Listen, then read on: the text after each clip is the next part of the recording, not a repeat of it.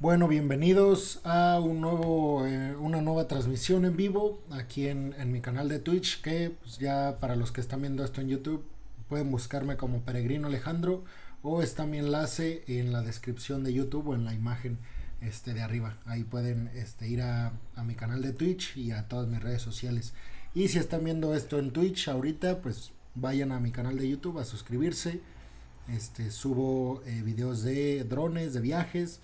También tengo un podcast de ciencia, tengo un podcast que se llama Perspectivas, en el que charlo con personajes relacionados con la investigación y con el ámbito académico. Y pues tengo una sección de geopolítica que es más que nada noticias. Trato de ya no hacer juicios a priori o después de que doy las noticias, porque ya estaban quedando muy largos los videos. Entonces bueno, en esta transmisión vamos a hablar, déjenme me sirvo un cafecito. Vamos a hablar vamos a ver el debate de la Deutsche Welle, que ustedes saben que me gusta mucho. Ya les he mencionado aquí que pues, es un canal sí de derecha, de centro derecha en Alemania, obviamente pro occidental, pero lo que me gusta de la Deutsche Welle es que, ya conociendo esos sesgos, es que siempre invitan a personajes que están ligados con la academia, que son especialistas, no son nada más presentadores o comunicadores, están relacionados con la investigación académica, son algunos profesores de las universidades más importantes en Alemania, y siempre tratan de llevar pues a personajes que están a favor de un bando y a personajes que están a favor del otro, y eso siempre hace que el debate sea muy entretenido, además muy provechoso. Entonces bueno, lo primero que vamos a hacer es pues dar la bienvenida, decirles que pues muchas gracias, les agradezco mucho que estén aquí conmigo viendo la transmisión. Y si están viendo esto si están viendo esto en YouTube el día de mañana, pues también les agradezco mucho, y les pido por favor que pues lleguen acá a Twitch para que vean las transmisiones y pues podamos platicar, porque pues ahorita solo me ven mis amigos cercanos y creo que dos personas más. Entonces bueno, pues estaría bien que le cayeran para acá y podamos tener pues una charla, y ustedes me compartieran las ideas, y pues yo, en el sentido de que las pueda responder, o preguntas que pueda responder, pues hacerlo. Y pues aprender de lo que tengan ustedes, de lo que sepan ustedes. Pero bueno, vamos a empezar con el debate, y ya saben, la misma dinámica. Yo voy a estar viendo el debate, yo no lo he visto, y este es de hace 6 días, pero bueno, o sea, no, realmente, como hablan estrictamente del conflicto en el este de Europa entre Rusia y Ucrania, pues cambia muy poco, ha cambiado muy poco en 6 días, cambiaba muy poco al principio, ya ahorita se está alargando el conflicto y hay muy pocas noticias relevantes o instantáneas, lo que le llaman breaking news, ya hay muy pocas, porque ya únicamente pues están repitiendo las noticias. Se bombardeó tal ciudad, se encontraron tantas fosas, un montón de cosas que ya hemos escuchado, y que aparece, y que inclusive nos pueden parecer pues muy repetitivas. Entonces bueno, vamos a ver el debate. 2 meses dura ya la ofensiva rusa en Ucrania. Los expertos aseguran que el conflicto va para largo, pero muchos creen también que Ucrania puede ganar la guerra, empezando por Estados Unidos. 2 ministros de ese país, Joe Austin y Anthony Blinken, viajaron a Kiev y Alemania para respaldar a Ucrania. Alemania, hasta ahora reticente al envío de armamento pesado, ha dado finalmente luz verde a la entrega de tanques. Moscú, por su parte, eleva el tono de sus amenazas y corta el gas a Polonia y Bulgaria. En a fondo nos preguntamos, ¿se puede alcanzar la paz con armamento pesado? Pero bueno, va a estar muy bueno, porque como de estas noticias ya las platiqué, entonces como que puedo dar una mejor opinión, creo yo. Entonces bueno, vamos a verlo, porque sí, la visita del secretario de la ONU, la visita la visita del secretario de la ONU a Rusia para reunirse con Lavrov y con Putin, la visita de Lloyd Austin, que es el jefe de seguridad de Estados Unidos, con Anthony Blinken, que es el secretario de Estado, visitaron a Kiev, pues básicamente para coordinar. Acto seguido dijeron esto de que pues veían posibilidades de que Ucrania pudiera ganar. Pues es muy complicado por el ejército que tiene Rusia, pero pues ya hemos platicado de cómo Rusia parece inflar su ejército y hacerlo ver más poderoso de lo que es o de lo que se ha visto que es en Ucrania.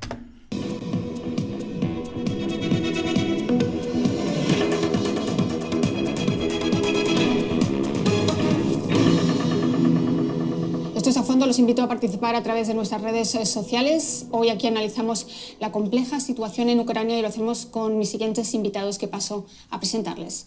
Burkhard Bierke es periodista alemán que trabaja para la radio pública Deutschland Radio. Ha sido corresponsal en Washington, Bruselas, Londres y París. Amir Valle, periodista y escritor cubano, ha trabajado como reportero, guionista, conductor y director en radio, televisión y prensa de su país, así como en diversos medios de América Latina, el Caribe y Europa. Y Anne Irazábal es periodista corresponsal de la televisora española EITV, especializada en... Sé que los dos anteriores son pro-occidentales,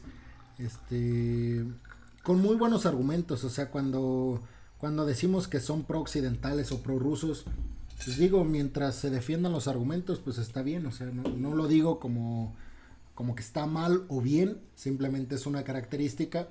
Y yo soy de los que cree que uno al momento de estar hablando, de estar transmitiendo ideas, lo hace desde sus propios sesgos. Es bueno saber que los tenemos, cuáles tenemos, para entonces pues tratar de equivocarnos lo menos posible al momento de hacer un juicio o de emitir una opinión. Antes trabajó para internacionales en Roma, El Cairo y Jerusalén. Bienvenidos a los tres, bienvenidos. Que ahí, como vieron, son unos monstruos los tres en geopolítica, en relaciones internacionales, en diplomacia. Los tres, pues, increíble la trayectoria de cada uno. A ustedes, y me gustaría empezar con una pregunta para los tres. Escuchando este diagnóstico tan optimista, por decirlo de alguna manera, de los ministros estadounidenses, ¿compartís esa visión? ¿Realmente podemos pensar en una Ucrania ganando la guerra próximamente o en algún tiempo, quizás? Lo que me soplan las fuentes militares es que primero se sobreestimó el poder, el potencial militar de Rusia y se subestimó el de Ucrania, y que si tienen el armamento podrían defenderse mejor o hasta ganar la guerra. Pero hay un gran pero.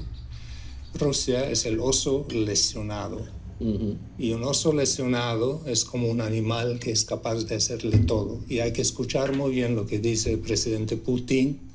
Y yo creo que en el momento que él va a perder esta guerra, él no se refriega de usar armamento que no queremos pronunciar los nombres. O sea, no excluyo que vaya a utilizar armas químicas, hasta biológicas, o en el último caso, nucleares. Eso hay que tomarlo muy en serio. Entramos ya pues al grano. Bueno, aquí es cierto, o sea, hasta hace una semana, cuando Putin dijo que la agresión nuclear no estaba por completo descartada por parte del Kremlin, incluso amenazó otra vez Vladimir Putin con utilizarlas en el dado caso de que Occidente interfiera directamente en el conflicto. Que una de las líneas rojas pues parece ser el envío de armamento pesado, tanques de guerra, aviones de combate, o sea, no armas convencionales, pues, que le daría un estatus igualitario en el conflicto contra Rusia. Y es cierto, totalmente, se sobreestimó al ejército ruso, se pensó que eran omnipresentes, omnipotentes, y se subestimó a Ucrania totalmente.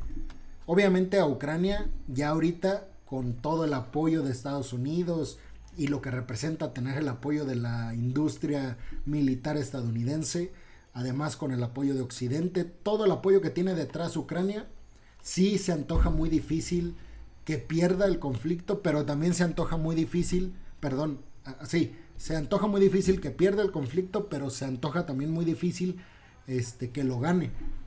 Por eso el Pentágono dijo que este conflicto era de 10 a 20 años.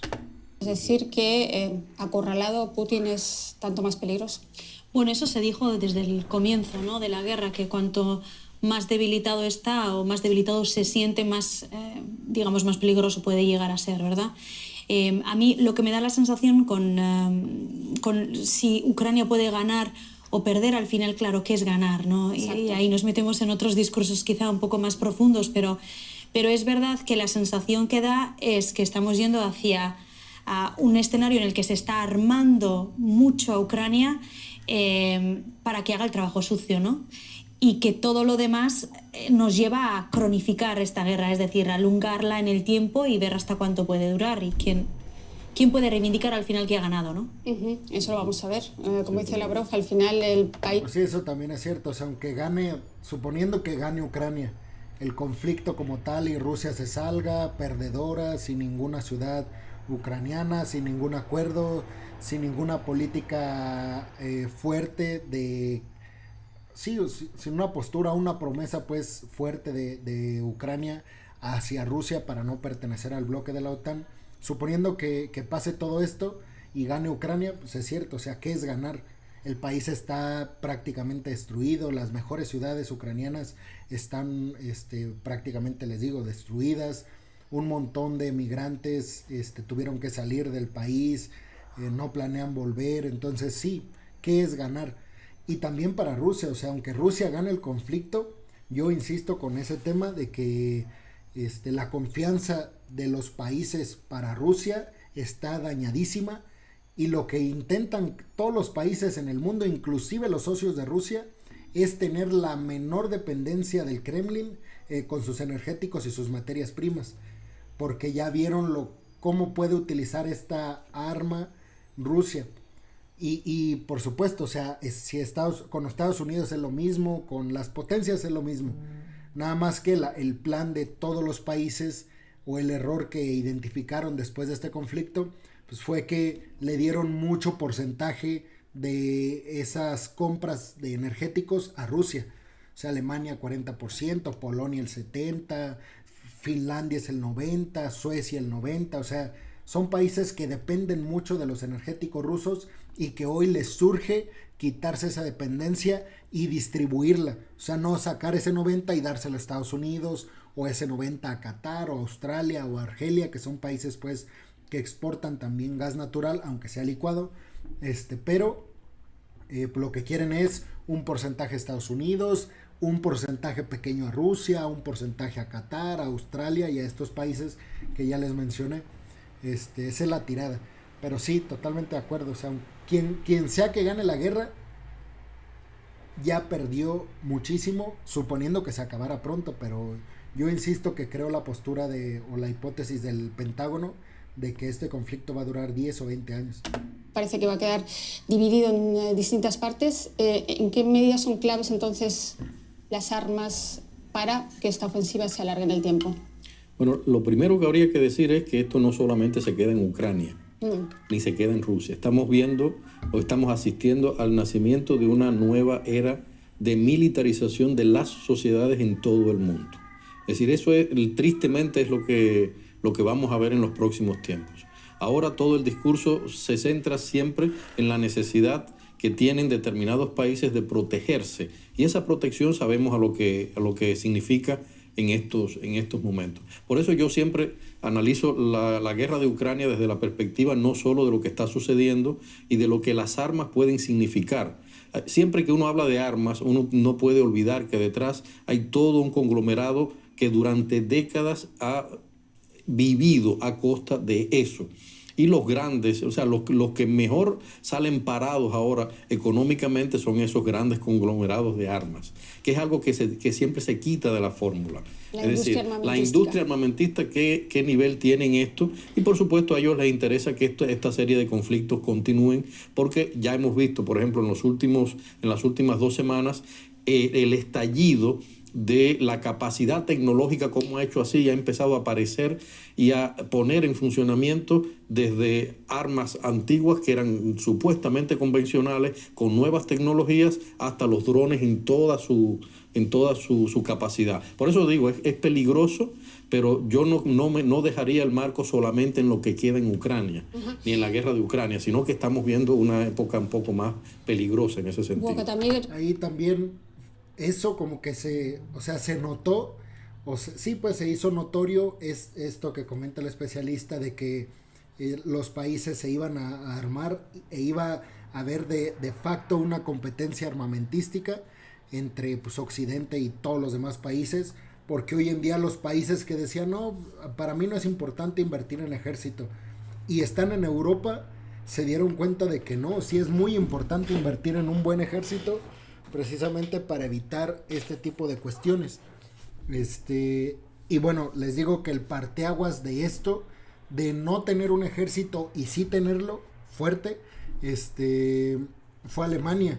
Que Alemania pues tienen un peso histórico por lo que pasó en la Segunda Guerra Mundial y todo lo que hicieron contra los judíos. Entonces por eso Alemania tenía una política cero de tener un buen ejército, porque era como, pues lo mencionaban que era por ética, en el sentido de yo por todo el daño que causé a la humanidad, sobre todo a los judíos, y todo lo que hice en la Segunda Guerra Mundial, que se desató por mi culpa, yo no necesito un ejército. Entonces cuando Alemania dice voy a invertir, después de que Olaf Scholz, el canciller alemán, visitó la Casa Blanca, se reunió con Joe Biden, hicieron los tratos de compra y venta de armamento, y Alemania dijo que iba a poner el 2% de su Producto Interno Bruto para inyectárselo a un nuevo ejército, para modernizarlo, comprar aviones a Estados Unidos, tanques, todo para armarse pues. Entonces, les digo, Alemania cuando dijo que se iba a armar y que iba a gastar para incrementar sus fuerzas militares, ahí fue cuando todos dijeron, no, pues es un antes y un después en la industria armamentística. Y obviamente sí, los ganadores son las empresas que fabrican armamento. Imagínense todos los países europeos que han dicho que van a aumentar su gasto o su presupuesto militar, pues obviamente se lo van a comprar a Estados Unidos o a las empresas pues estadounidenses, a Boeing. Entonces son cuestiones que efectivamente, como dicen los que están más a favor de Rusia, son cuestiones que a Estados Unidos le conviene, y porque se reactiva la economía. La economía de Estados Unidos en gran medida depende de todo lo que hay alrededor de los conflictos bélicos. Toca un tema muy interesante, la industria armamentista. En Alemania no son pocos las grandes empresas que van a sacar mucho provecho también de esta situación, de este conflicto, y son varias las empresas que hace meses ya que solicitan el envío de armas a Ucrania. Claro, recientemente se ha dado luz verde, precisamente ese envío. ¿Qué papel juega el envío de armas por parte de Alemania y cómo explicas sobre todo el cambio de... Yo siento que aquí van a decir eso de la responsabilidad social que tenía Alemania para no incrementar su poderío militar y para no enviar poderío militar a Ucrania. De Alemania. Personalmente para mí es un choque que el Partido de los Verdes, que era el partido pacifista, está en primera línea pidiendo el envío de armamento pesado. Pero bueno, ¿de qué se trata? Se trata de frenar un ataque frontal a la libertad, y no solamente a los ucranianos, sino de toda Europa, de todas las democracias. Justo en esos días ha salido un informe de que ya las autocracias superan en número las democracias, 70 a 67. O sea, ahí vemos un renacimiento de lo que vimos hace 100 años atrás, un nacionalismo, autócratas gobernando en muchos países, nacionalismo peligroso que ataca, que se defiende, que ocupa, y estamos como volviendo en la historia, solamente que ahora tenemos armas nucleares, armas químicas. Eso es muy, muy peligroso. Y lo que se ha visto, por ejemplo, cómo actúa Rusia. Rusia va a actuar igual que ha actuado Assad, que ha actuado bajo el mando de Rusia utilizando armas químicas. Armas químicas, haciéndolo de manera como implicando que fue la oposición que los puso, y al final nadie sabía precisamente de dónde venían, ¿no? O sea, si los rusos realmente están cerrados, que los ucranianos los empujan y no los dejan avanzar más, yo creo que por desesperación van a montar una operación con hombres disfrazados de ucranianos en alguna parte, poniendo esas armas. Una excusa para, ¿no? Pero volviendo al papel de Alemania, Burkhard, porque se van a cumplir 80 años de la invasión nazi, de la invasión de Hitler en Rusia, en la URSS. se explican, por tanto, las reticencias de Alemania a la hora de enviar. Que bueno, eso es un buen tema para también para un día platicarlo, porque mucha gente no sabe que, o sea, la URSS con Hitler eran aliados, primero. Eran aliados porque pues, básicamente se querían repartir como un pastel a toda Europa. Pero el problema fue cuando Hitler invade Ucrania, que Ucrania era parte de la URSS. De hecho era pues donde Kiev era la capital de la URSS, o sea, era la cuna de la Unión Soviética. Entonces Hitler invade la URSS y ahí es cuando todo cambia para Hitler, que ese fue uno de los más grandes errores según los historiadores que cometió Hitler, invadir a la propia URSS, porque ahí ya entró, Francia ya estaba invadida, el Reino Unido estaba solo, completamente solo, no podía combatirles a la Unión Soviética y a la Alemania nazi, que ya tenía ocupada casi toda Europa. Estados Unidos todavía no entraba, y entonces la URSS se voltea y busca aliados, se encuentra con Francia, se encuentra con Estados Unidos y se encuentra con el Reino Unido, y es cuando pierde la guerra Alemania. O sea, se queda sin la URSS, que era su gran escudo, y bueno, ya después sabemos, o sea, gana Occidente y la URSS, se reparten el mundo, ellos como un pastel, se reparten Alemania, empieza ahora la guerra entre ellos, la Guerra Fría, la gana Estados Unidos además como un elemento de disuasión avienta la bomba en Japón, se acaba ahí la Segunda Guerra, la gana Estados Unidos, en ese entonces, ya primero le gana la URSS a los nazis, son quienes ocupan Berlín y son quienes ponen la bandera en Berlín, y después, bueno, pero eso ya es otro tema para otro video. Armamento, no quiere tener tampoco en su conciencia la muerte de soldados rusos, que también fueron los que liberaron en su día a Alemania de los nazis, o sea que es muy difícil el papel de Alemania, ¿no? Sí, es muy difícil, para nuestros espectadores. Y claro que se nos echa en cara que somos muy lentos porque no suministramos, pero mire, Estados Unidos está en una posición muy tranquila porque ellos no están afectados por las sanciones económicas. Si se corta el gas y el petróleo, pues los menos afectados son Estados Unidos. Y Estados Unidos casi no ha mandado armamento pesado, pero quiere que Reino Unido, Francia, Alemania lo mande. O sea que estamos haciendo el trabajo de Estados Unidos. Yo creo que eso prorroga la guerra, como ha dicho Anne. O sea, la pregunta es, ¿a qué precio? ¿Qué va a ser el final? O si hay otra alternativa. Anne, ¿cómo ves tú, que llevas menos tiempo en Alemania, pero sí que valoras y observas la política alemana? ¿Cómo has visto tú este cambio de parecer o esas dificultades de Alemania en estos últimos 2 meses, ¿no? Que parece que va tomando las decisiones ya en el último momento, presionada, en este caso, albergando, digamos, una conferencia de ministros de defensa de todo el mundo en este país, y sin embargo es el único país que no estaba enviando todavía armamento pesado. ¿Cómo has visto tú ese cambio de parecer, ese cambio de actitud por parte del gobierno alemán? Yo creo que estamos viviendo una época llena de contradicciones, ¿no? Por ejemplo, yo soy del País Vasco, en España. Estamos viviendo estos días el 85 aniversario del bombardeo de Guernica. Yo soy hija de un superviviente del bombardeo de Guernica. Nieta de un superviviente del bombardeo de Guernica. Y ver este rearme me preocupa, o sea, este rearme europeo me preocupa, ¿no? Pero es verdad que luego, mirando un poco a lo que están haciendo todos los gobiernos europeos, es verdad que sí, que estamos viviendo una época de contradicciones, porque el partido, los ecologistas, ¿no? Que eran el partido pacifista, pero que también ahora están gestionando, por ejemplo, la importación de gas licuado desde Qatar. Es decir, que con una autocracia, con otra autocracia, ¿no? O sea, al final la Realpolitik nos está llevando a tener que gestionar todas esas contradicciones que no son solo alemanas, que las estamos viendo también en otros países como España, Francia o Italia. Italia también está en una situación muy complicada en este sentido, ¿no? Entonces... Es que imagínense el dilema también. Imagínate tú imagínate tú siendo el líder de qué país, o sea, quien sea, no Reino Unido ni Estados Unidos, porque ellos tienen una línea muy marcada, pero por ejemplo Francia, no, porque Francia también tiene ejército, por ejemplo, es que Alemania tampoco, pero por ejemplo Países Bajos o España, digamos, países que no están, como que no figuran nunca en conflictos bélicos. Bueno, mejor, Finlandia o Suecia.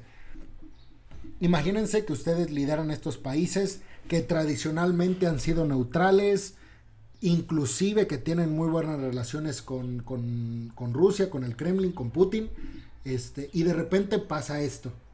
Y entonces, imagínate tú la preocupación que vas a tener de saber que si se le llega a cruzar la idea a Vladimir Putin de también invadir tu país, que formabas parte de esa URSS que parece que quiere reunificar Vladimir Putin, ¿tú qué harías? ¿Te quedas con esa política tradicional histórica que has tenido de cero proliferación de armamento, de no militarización del país, de un montón de cosas que tradicionalmente has llevado como bandera?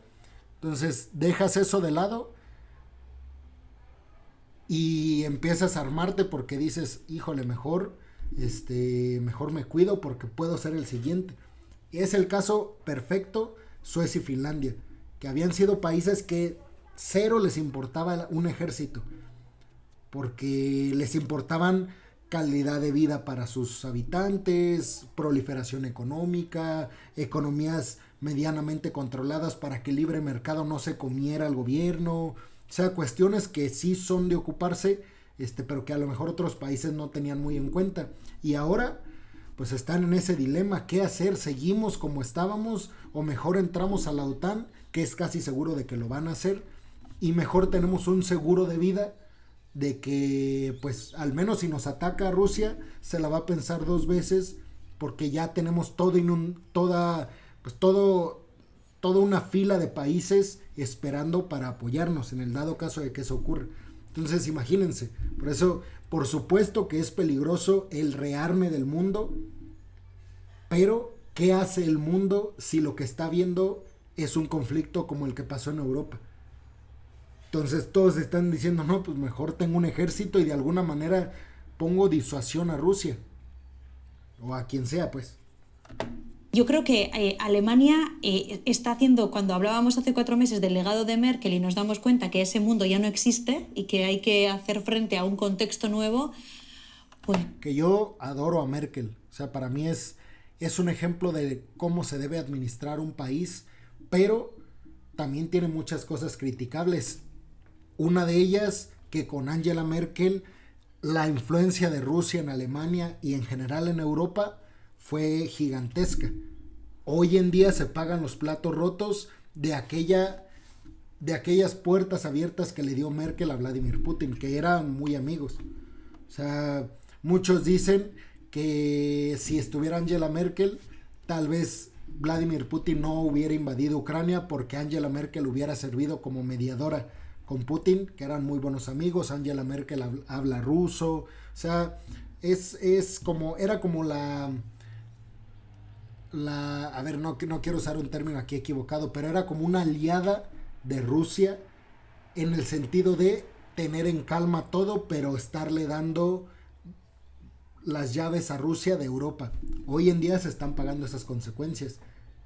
Hoy en día no fue tan bueno abrirle las puertas a Rusia, y pensar que no iba a utilizar eso como amenaza o como chantaje para llevar a cabo sus planes de anexión de territorios como lo es Ucrania. Se toman decisiones y cambios a una marcha muy acelerada, porque mientras que Alemania solo ve problemas en la entrega de armamento, Estados Unidos promete que exportará tantas armas como pueda y tan rápido como le sea posible. El ministro de Defensa, Lloyd Austin, lo resumió así en el encuentro del que hablábamos esta semana en Ramstein, aquí en Alemania. Ucrania está convencida de que puede ganar, y aquí todos lo creemos también.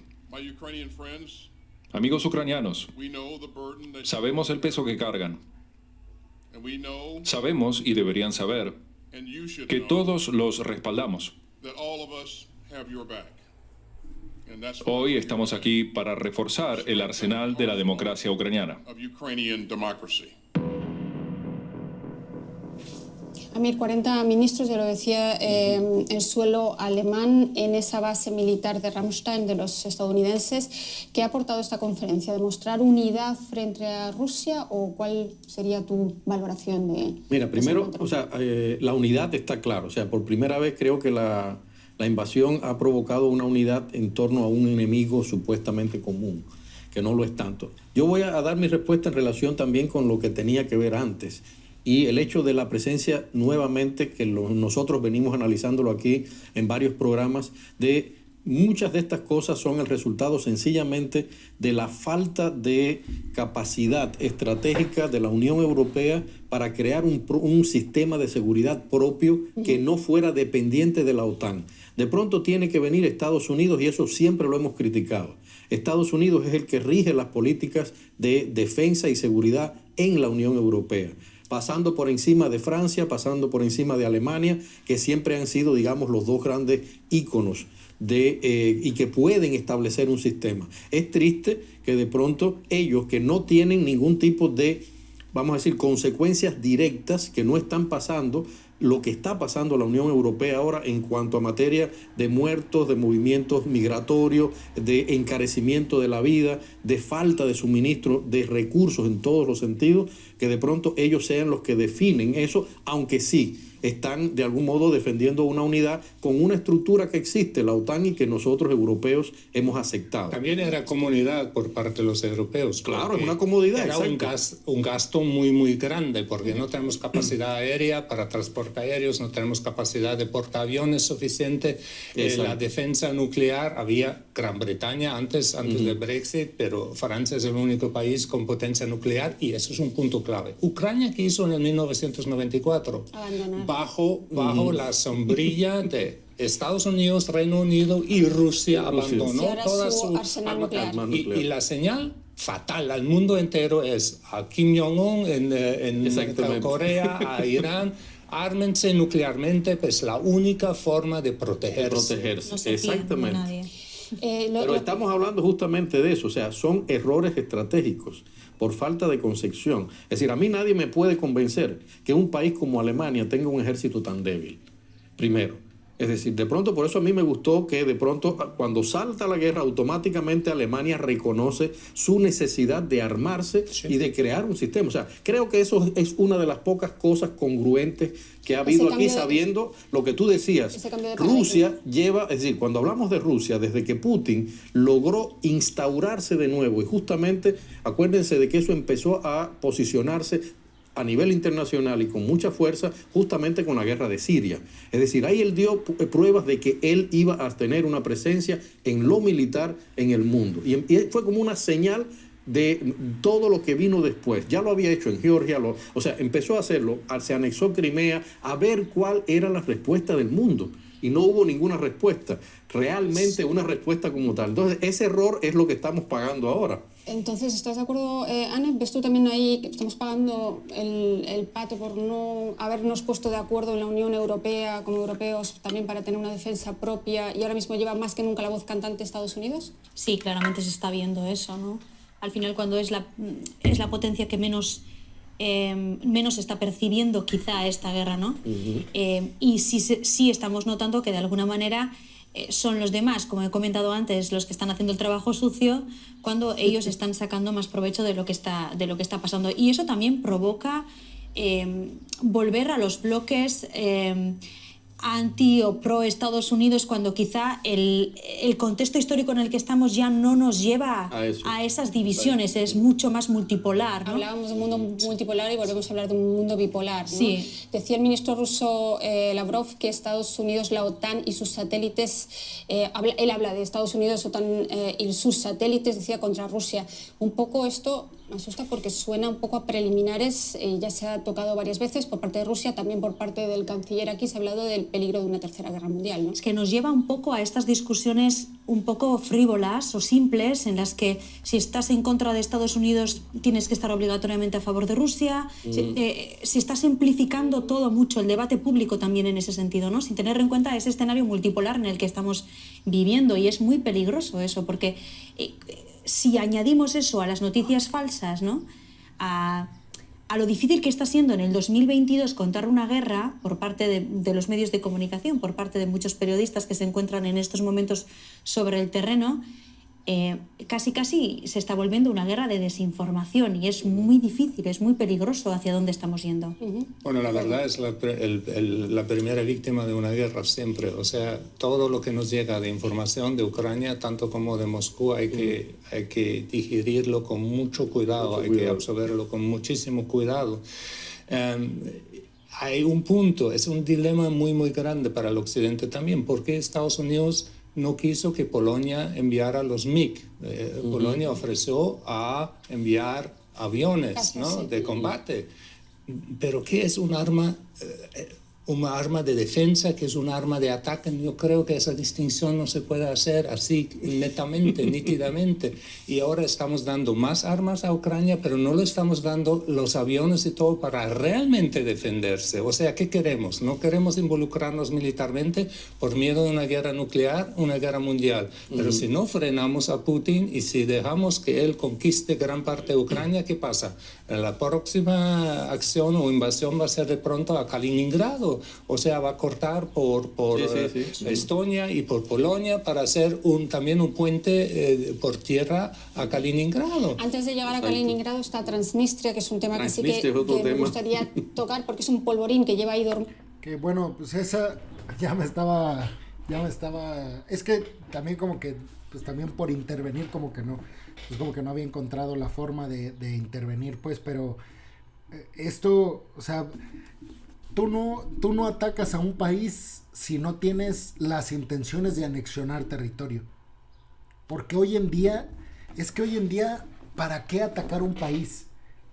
Si puedes, o sea, se entendía en la Segunda Guerra Mundial y pues obviamente en la Primera, pero ahora creo que anexionarte a países o a territorios, creo que te trae más problemas que beneficios. Así lo veo yo. O sea, imagínense que Rusia se queda con Ucrania y después, ¿qué sigue? Reconstruir el país, gente que no va a estar de acuerdo con que estés ahí. O sea, vienen una serie de cosas que estás cavando tu tumba hoy en día. Tal vez antes sí funcionaba.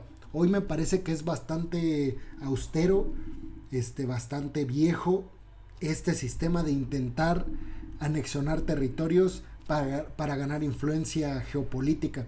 Hay otras formas. Tenemos tecnología, tenemos medios de comunicación, tenemos cine, tenemos un montón de cosas como alternativas, como herramientas para penetrar una industria, para penetrar un país, que no necesariamente significa anexionar territorio, porque creo yo, insisto, pierdes más de lo que ganas. Y bueno, ahorita van a hablar de Transnistria en Moldavia, que es un tema también importantísimo. O sea, se habla de que es ahora el objetivo de Putin. Durante 30 años, donde hay también mucha población prorrusa, en donde ven a Putin también como un salvador, es decir, es un poco una situación equiparable a la que vemos en el Donbass. ¿Puede ser ese el próximo objetivo antes de llegar a Kaliningrado? Mira, el problema es que esa es una parte de la fórmula que no se puede separar, y es el trabajo. Hay que acordarse de algo. 3 días antes de la invasión, Putin reconoció las repúblicas independientes del Donbass y de Lugansk. Es decir, exactamente está ahora en este momento está lanzando el mismo discurso que lo ha cambiado completamente con la región independiente de Transnistria. ¿Qué ha hecho él? Ha tratado de trabajar con sus servicios de inteligencia para provocar un cambio desde la democracia para sustituir al régimen de Moldavia. Es decir, eso es lo que vemos, pero de pronto ahora ya empiezan a anunciar a través de los voceros prorrusos en esa región, empiezan a hablar de recuperar los tiempos heroicos. Es decir, cuando uno oye esas cosas, los heroicos tiempos, le falta una frase de la gran Rusia, de la gran Unión Soviética. Es decir, y eso está pasando no solamente ahí, está pasando también en Estonia. Es decir, en las zonas donde hay población prorrusa, de algún modo, hay un trabajo que Agne lo dijo muy claro, hay un trabajo con el discurso que está tratando de convencer de que lo que está sucediendo en Ucrania es lo que debe haber sido históricamente correcto. Y entonces ese discurso está envenenando todas esas zonas y está provocando realmente un apoyo que puede ser muy peligroso, porque de pronto, ahí mismo en Transnistria, puede provocarse un incidente, supuestamente, como ya lo provocaron, que le echen la culpa a los ucranianos y que provoque la intervención Pero rusa. militarmente hay otro aspecto, porque en Transnistria pues se abre otro frente. Entonces, las fuerzas ucranianas tienen que dividirse entre este y Transnistria. Exacto. Yo creo que es una táctica militar de los rusos, porque potencialmente el potencial militar en Transnistria hay 1.500 soldados rusos, solamente, no son tantos, pero suficientes como para distraer una parte sustancial de las fuerzas ucranianas, para permitirle a Putin y sus generales de conquistar todo el litoral y cortar Ucrania completamente. Estratégicamente eso es muy curioso, por esto que te voy a decir. Acuérdense que cuando uno mira las fuerzas rusas, uno tiene que acordarse que ellos están distribuidos básicamente en todas las fronteras de la OTAN. Por esa razón, Putin no tiene solamente el frente de Ucrania. Putin tiene también que velar por los otros frentes donde tiene gran parte de la tropa. Estratégicamente, esa podría ser una solución. Es decir, hacer que el ejército ucraniano tenga que dispersarse. Como pasa lo mismo con la región del Donbass. Si ellos siguen subiendo por Zaporilla y bajando por Kharkov, pueden cercar al ejército ucraniano aquí y lo hacen pedazos. Razones por las cuales, evidentemente, los gobiernos occidentales ven ahora mismo en el envío de armas una de las únicas salidas, y lo cierto es que ahora mismo hablan las armas y cada vez son más los países que apoyan con recursos militares y económicos al gobierno de Volodymyr Zelensky. Bien. Según cifras oficiales, Estados Unidos aportó a Ucrania nada menos que $4.000 millones en las primeras semanas de la guerra. Y siguen llegando nuevas promesas de ayuda para el presidente ucraniano Zelensky, sobre todo de la pequeña Estonia, Gran Bretaña y Francia, además de muchos otros países. La República Checa fue una de las primeras en suministrar munición y proyectiles para tanques, incluso antes de que comenzara la guerra, y luego también tanques de su reserva. Esto es lo que Alemania quería evitar. Su postura inicial era la de no enviar armas pesadas a zonas de guerra, pero entre tanto ha permitido el envío de tanques antiaéreos de las antiguas reservas, lo que supone un total de casi 200 millones de euros en material bélico. A largo plazo se destinarán unos 1.000 millones de euros. Además, es posible el llamado intercambio de anillos. Apoyamos a los socios que ahora pueden entregar rápidamente a Ucrania armas de fabricación soviética y luego aseguramos la sustitución correspondiente. En definitiva, ¿necesita Ucrania más armas pesadas para poder defenderse realmente de Rusia? Anne, ¿cómo valoras entonces la aportación que puede hacer Alemania, sobre todo comparado también con la aportación que ha hecho hasta el momento Estados Unidos, Reino Unido? Ya lo decía Mir, Alemania debería tener quizás uno de los ejércitos más potentes de Europa y es todo lo contrario, ¿no? Sí, quizá por esa historia de las últimas décadas, ¿no?, de ser una potencia reticente. Yo he seguido un poco la campaña de los medios de comunicación, sobre todo anglosajones, en las últimas semanas con Alemania, y la verdad es que me ha parecido durísima, ¿no? Alemania tiene las manos manchadas de sangre, Alemania está financiando esta guerra, ha sufrido una campaña por parte de medios también muy importantes en el mundo anglosajón para presionar a Berlín a tomar una postura mucho más contundente, mucho más dura, ¿no? Y al final ha cedido a estas presiones porque se ha intentado mantenerse un poco en lo que ha llevado diciendo desde que estalló la invasión, pero al final, pues bueno, ha tenido que mandar armamento pesado, ¿no? Que era como una línea roja. ¿Por presión o realmente por convicción? Yo creo que la presión ha tenido mucho que ver. Yo creo que ha tenido mucho que ver. También la evolución de la guerra, claro está, ¿no? Y por no perder la unidad entre el occidente, yo creo que es el argumento más fuerte, pero yo creo que realmente, sobre todo los socialdemócratas, no están nada felices con ese desarrollo. Y hay que verlo muy claramente y el que... canciller es socialdemócrata para nosotros. Exacto, Olaf Scholz, el canciller, es socialdemócrata y han tenido siempre una postura, también hay que decir, muy cercana a Rusia, esa política de conciliación de las últimas décadas con Rusia. Siempre la idea quizás ha fracasado, sería una buena pregunta también, de que... Eso es lo que les decía ahorita con Merkel. Ha fracasado, hoy ha fracasado. Haciendo negocios con Rusia se logra pacificar también un país. Aparentemente ha fracasado, pero hay que escuchar muy bien a Putin, porque todo lo que ha dicho, y entre líneas también, en los últimos días y semanas ha cumplido. O sea, si él considera la entrega de armamento pesado como una intermiscusión en la guerra o meterse dentro de la guerra, pues somos somos parte de ese conflicto ya. Yo pienso que no se puede olvidar, por ejemplo, en el caso de Alemania, todo el aspecto ético que siempre ha estado sobre el tapete. Es decir, por esa razón también a veces uno entiende esa parte, pero y por esa misma razón lo ético es por lo que más se le ataca a Alemania. Es decir, de pronto tú estás tratando de no continuar una mancha ética que tú tienes, pero estás financiando a una campaña guerrerista contra otro país, porque sigues dependiendo de los recursos de ese país, sigues comprándole el dinero, el gas, el carbón a ese país, y eso obviamente desde el punto de vista ético es, como tú hablabas ahorita, Anne, contradicción. Es una gran contradicción que tiene Alemania, no le queda otro remedio.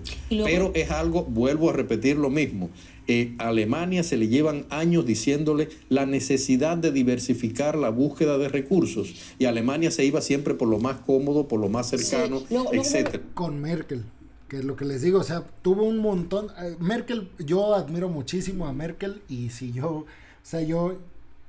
he dicho que es como o sea, es para mí la mejor política a nivel mundial es Angela Merkel.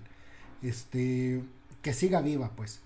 O que siga vivo sí, o sea, de los que están ahorita, pues ya no está en la vida pública, ya no está, pues, pero está viva. Entonces yo creo que es ahorita la mejor política, la mejor diplomática, pero eso no le quita todos los errores. Y en gran parte es eso, o sea, esta comodidad que tenía Merkel con todos los recursos rusos, y que nunca pensó que Alemania fuera a estar en esta situación, que aunque ya no está ella, sí tiene un montón de responsabilidad por llegar hasta este momento con todas estas herramientas, o más bien por dejar sin herramientas, sin opciones a Alemania, a su país, ahora en el conflicto con Rusia. O sea, Alemania es imposible que de la noche a la mañana deje de comprar energéticos rusos, imposible. Luego vamos al tema del gas, el tema energético, que evidentemente es clave en esta guerra también, porque quiero todavía que continuemos en la nueva arquitectura de seguridad que hay, porque Suecia y Finlandia ahora valoran muy seriamente entrar en la OTAN. Los países bálticos se están rearmando a marchas forzadas. ¿Cómo cambia ahora mismo el panorama global de seguridad? Completamente. Total. Porque además en Finlandia, en Suecia ya se da por hecho que la entrada en la OTAN ya es una realidad. Y hoy hace poco veía unos reportajes en Lituania de milicias que se están armando como hace 3 meses en Ucrania, ¿no? Como pasaba hace 3 meses en Ucrania con civiles que ya estaban recibiendo armas y se estaban entrenando los fines de semana para de alguna manera prepararse ante una posible guerra, algo que nos parecía ciencia ficción hace pocos meses y que ahora pues estamos viendo lo que está pasando, ¿no? Entonces yo creo que ese rearme general, esa idea de cerrar armas hacia una política común, después de que la OTAN haya estado casi en coma en las últimas décadas, ¿no? De que nos preguntáramos para qué servía, ¿no? Cerebral. Sí, y entonces... O sea, Rusia, Vladimir Putin le dio un motivo de existencia a la OTAN. De hecho, Trump, cuando estuvo pues con los republicanos en la presidencia de Estados Unidos, quería borrar la OTAN, porque Estados Unidos estaba gastando muchísimo dinero. Digamos que Estados Unidos financiaba totalmente la OTAN para venderles o prestarles o rentarles, mejor dicho, seguridad a toda Europa. Por eso Trump decía, es que yo no puedo estar gastando dinero para cuidarte si no tengo de qué cuidarte. O sea, no hay un conflicto como tal. Y hoy en día la OTAN tiene todos los argumentos existentes para seguir existiendo, valga la redundancia. Entonces Vladimir Putin le dio los argumentos y eso lo dijo Joe Biden ahora que se reunió con los miembros del G7 y con los miembros de la OTAN en Bruselas, que dijo es que Putin quería menos OTAN y tiene más OTAN y más países que quieren OTAN porque precisamente vieron en Putin una amenaza que antes el mundo no tenía amenazas. Claro, en toda esta nueva matemática mundial es verdad que estamos yendo hacia décadas de mucha importancia militar, de mucho presupuesto militar. Vuelvo al argumento que puse antes. O te asocias a una alianza con potencia nuclear o te armas nuclearmente. Es la única opción contra una agresión de potencias como Rusia, China. ¿no? Estamos hablando de una verdadera carrera armamentista ya. ¿Qué riesgo asume Occidente? Ya lo habéis tocado. ¿Qué riesgo asume Occidente si se puede tipificar, si se puede valorar, entregando armas ahora mismo a Ucrania y vemos que lo se está haciendo ya de manera generalizada, con armamento cada vez más pesado, Alemania también? Sí, en una primera parte de la guerra ese era el pretexto para decir yo no estoy en una intromisión. ¿Por qué? Porque yo lo que iba a hacer era darle armas a Ucrania para que ellos se defendieran y yo no me metía. Pero ahora de pronto Putin cambia el discurso y Putin dice todo aquel que está apoyando con armas, entonces se está provocándome a mí, y entonces eso cambia todo el discurso completo que yo me imagino que ahora en los próximos días ellos tengan que volver a analizar lo que está sucediendo con las amenazas de Putin a quienes se inmiscuyan, con la amenaza que hizo recientemente de que tenía armas que nadie se imaginaba lo que podían llegar. Es decir, ya está armando con las intervenciones de Lavrov, del ministro de Defensa, de que esto podría llegar también a una tercera guerra mundial. Todo eso está sobre el tapete en este momento, pero yo insisto, si algo útil hay en este momento es eso que hablaba Burkhardt, que de pronto por primera vez en muchas décadas Europa se ha dado cuenta de que había un oso dormido ahí esperando para atacar y que de algún modo ellos tenían que defenderse y que no podían depender de alguien que tenía muerte cerebral, es decir, de un organismo que no funcionaba en lo absoluto, pero que sí servía, importante, y esto no lo puede uno obviar, sí servía para intervenir en los asuntos estratégicos y de seguridad de Europa y mantener la posición de Estados Unidos en el control de toda esta parte del mundo, porque no se queda solo en Europa. Esto se traduce en que ahora mismo todos los países aportan más a la OTAN, pero como decíamos, las riendas de la OTAN las lleva sobre todo Estados Unidos. ¿Verdad? Y hay que ver las cifras de gastos para defensa. Exacto. Más de 800 mil millones de Estados Unidos contra 65 o 66 mil millones de Rusia. Hay que tener eso en cuenta. Yo no quiero defender a Putin. Esa guerra no se puede justificar por nada del mundo. Pero que él se sienta amenazado. Exacto. Y si toda la OTAN se suma, pues llegamos a un múltiple de lo que gasta Rusia. Pero Rusia tiene armamento nuclear. El oso dormido, cuando está ensaclado, cuando está lesionado, yo creo que este Putin ya no funciona racionalmente. Eso hay que tenerlo en cuenta. Exactamente. No funciona racionalmente, pero es evidente que hacen falta estrategias para salir de esta situación que se está cobrando cada vez más vidas. Diplomacia. Y Claro, la Gutiérrez. pregunta es exactamente ¿qué sentido tiene hablar con Putin? Quiero decir, lo ha intentado precisamente el secretario general de Naciones Unidas, Guterres, esta semana. No ha sacado nada en claro, o al menos esos corredores humanitarios quizás. Es decir, ¿se puede hablar con Putin? ¿Hay que hablar con Putin? Sí, con Putin hay que hablar siempre. Yo creo que ese canal no hay que romperlo nunca, ¿no? Otra cosa es bajo qué condiciones y cómo hay que hablar con Putin, pero claro que hay que hablar siempre con Putin, porque si no, si se rompen todos los lazos, si se rompen todos los puentes, ahí sí que ya vamos hacia una irracionalidad absoluta, exacto, descontrolada, ¿no? Y eso sí que nos podría llevar ya a escenarios que hasta hace poco nos parecían. Que por cierto, pues aquí en este sentido, por ejemplo, Estados Unidos tiene línea directa con el Kremlin, el Pentágono tiene línea directa con el secretario de Defensa ruso, básicamente para cualquier mala interpretación comunicarla y evitar que alguien haga una acción equivocada. O sea, imagínense que Estados Unidos viola el espacio ruso por accidente con uno de sus aviones, y Rusia envió un misil balístico con capacidad nuclear a Europa o a intentar alcanzar una ciudad estadounidense. Ese tipo de cuestiones son las que se evitan teniendo canales de comunicación directos.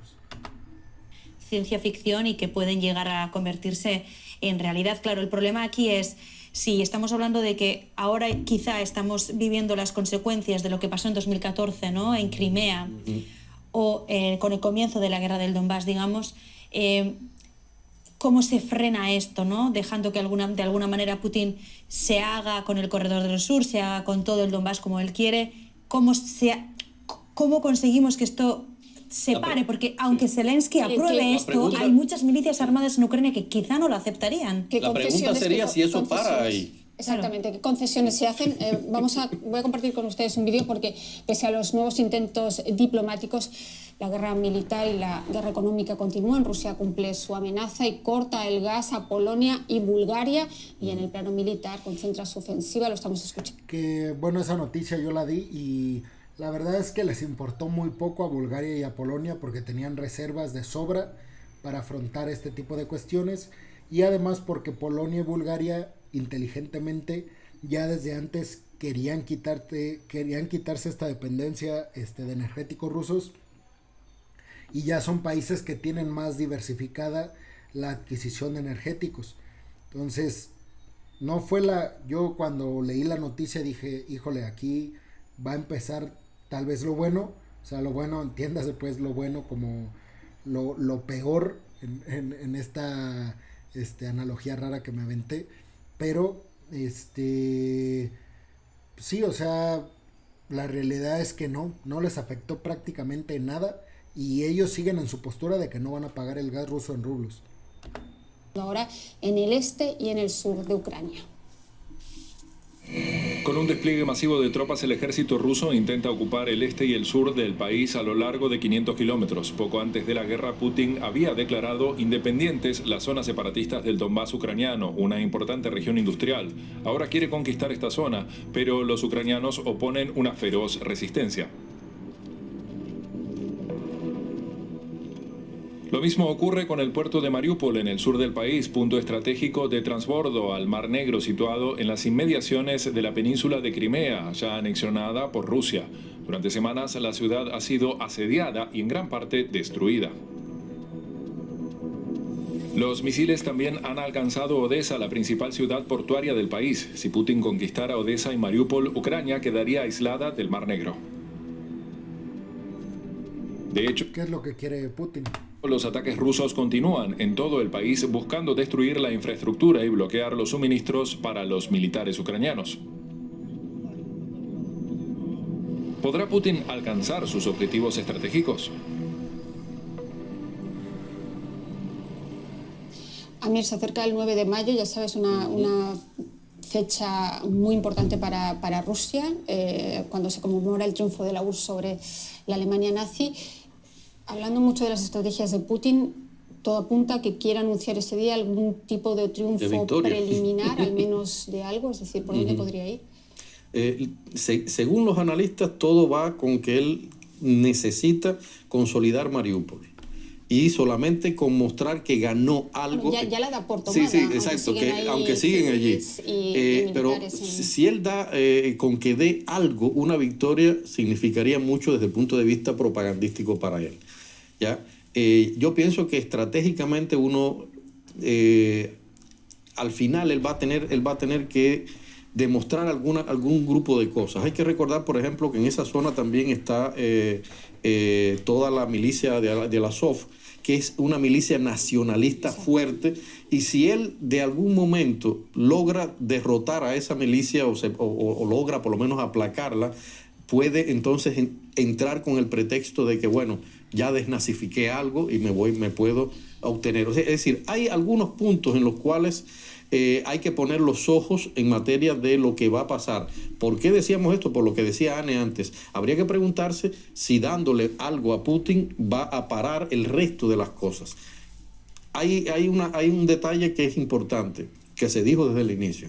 Estamos hablando de alguien que pensó que iba a ganar una guerra muy rápidamente y que todo le ha salido mal, que además las pérdidas son muy grandes, que no tiene todos los recursos necesarios para sostener una guerra más larga de lo que está, y en cualquier momento puede, y es lo que esperan algunos analistas militares, puede venir una especie de pacto, de tregua para tomar aire, rearmarse, prepararse y continuar. Eso es uno de los temores, que vuelvan los ataques más tarde. Pero has tocado un tema muy interesante, que es el de los sectores ultranacionalistas, que los hay en Kiev y los hay en Moscú.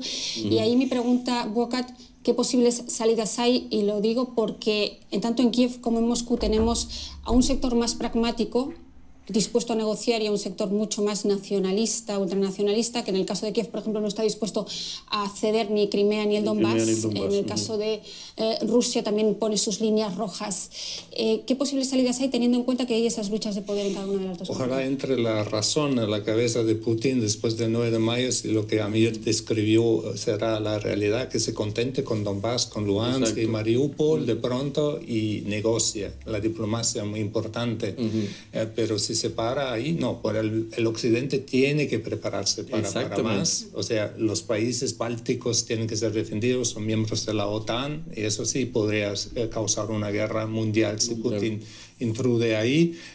La otra es, pues, el costo ya es tan enorme, la reconstrucción de Ucrania, ¿quién va a pagar todo eso? Eso es horrible. Y entre más armamento entregamos, más se prorroga la guerra, más será la destrucción. O sea, hay que tratar de terminarla, pero todos los militares dicen que eso va para largo. Pero las sanciones están mordiendo ya a la población de Rusia, que por la falta de información correcta, pues está apoyando esa invasión, como no la llaman operación guerra, especial, ¿no? sí, llaman ellos. Pero ya uno mira los supermercados, parece que mucha mercancía ya no está y todo. Entonces la gran pregunta es hasta cuándo Rusia puede superar el efecto de las sanciones. Y hasta cuándo las puede, y quiero volver a Europa, hasta cuándo puede aguantarlas también Europa. Y aquí creo que tenemos que tocar, aunque sea de pasada, porque es un tema también que nos va a ocupar las próximas semanas, que es la guerra energética.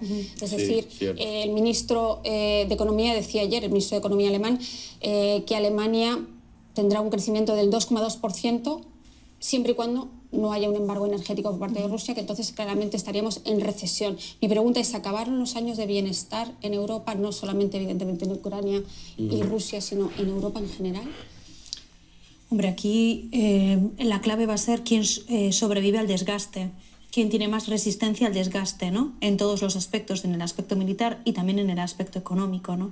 Y claro, lo que sí se está viendo desde fuera de Alemania, por parte de muchos países, sobre todo del sur de Europa, es que hasta que Alemania no tiene aseguradas sus reservas, digamos, tanto de petróleo como de gas, no va a imponer un embargo ni del petróleo ni del gas, ¿no? Que esto fue hace 6 días. Hoy ya en el Parlamento Europeo está la iniciativa, está la propuesta formal de Ursula von der Leyen por hacer este embargo en 6 meses. O sea, irlo haciendo paulatinamente para finalmente en 6 meses hacerlo por completo e importar 0% carbón y 0% petróleo. O sea, parece ser que sí. O sea, aquí dijo que no, que parece imposible. Pues en esta semana ya se dijo que sí va la propuesta al Parlamento. Obviamente tiene que ser aprobado por la mayoría, por unanimidad.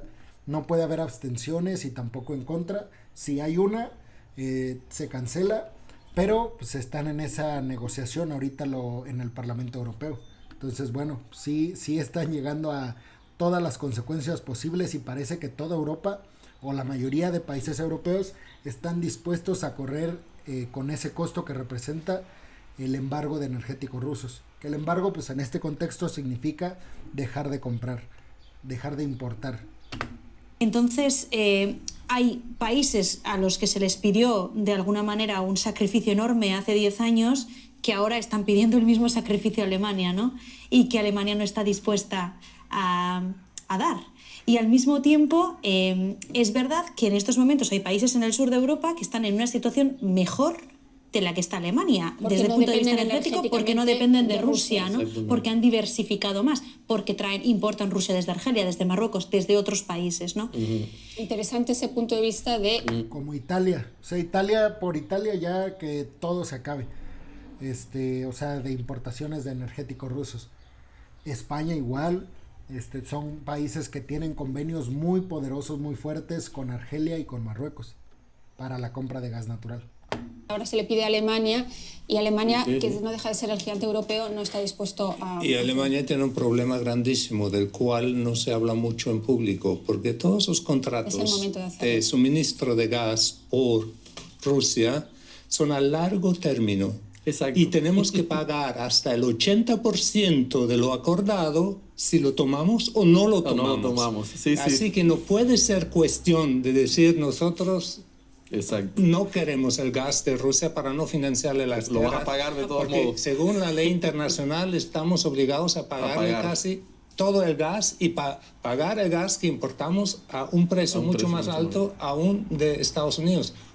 O sea, realmente estamos en un dilema grandísimo. Sí. No se puede Fue decir... realmente un error la dependencia creciente Absoluto. energética Sí, a y ganar los de Rusia contratos que de las hicieron. últimas décadas que, digamos, Hay que olvidar, no hay que olvidar algo.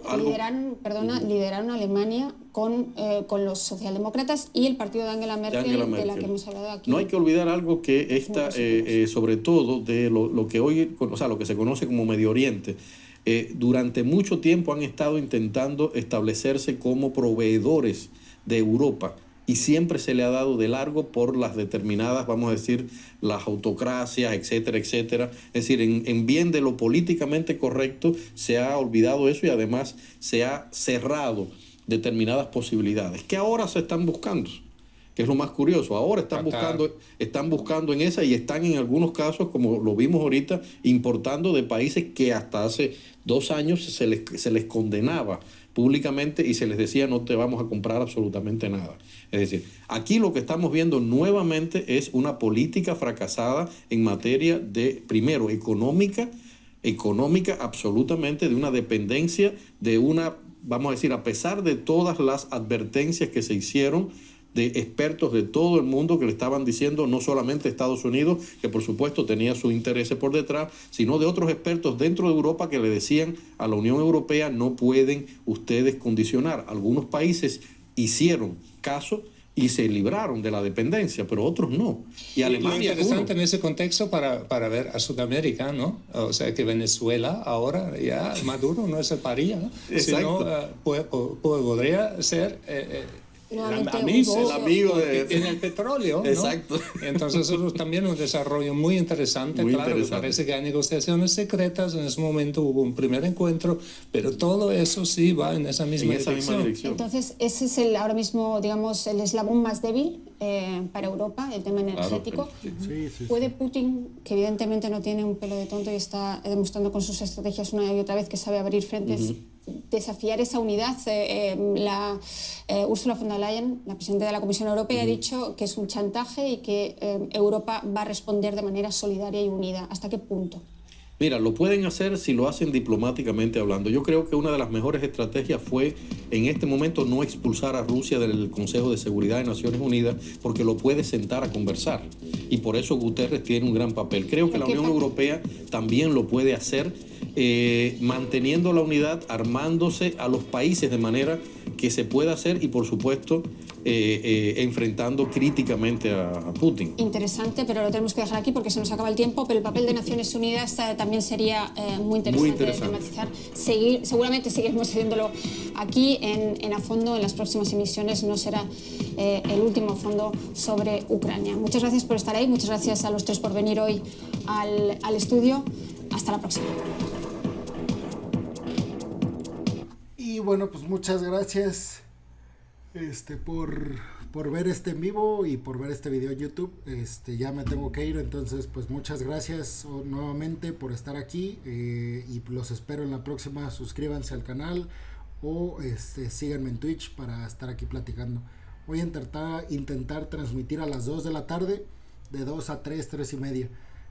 Pero bueno, pues por el momento es todo y bueno, pues hay que esperar Hay que ver el 9 de mayo qué ocurre, que ya es la próxima semana, y seguramente vamos a tener mucho de qué hablar sobre lo que diga Putin en esa celebración de la victoria de la URSS frente a los nazis. Nos vemos, gracias, hasta luego.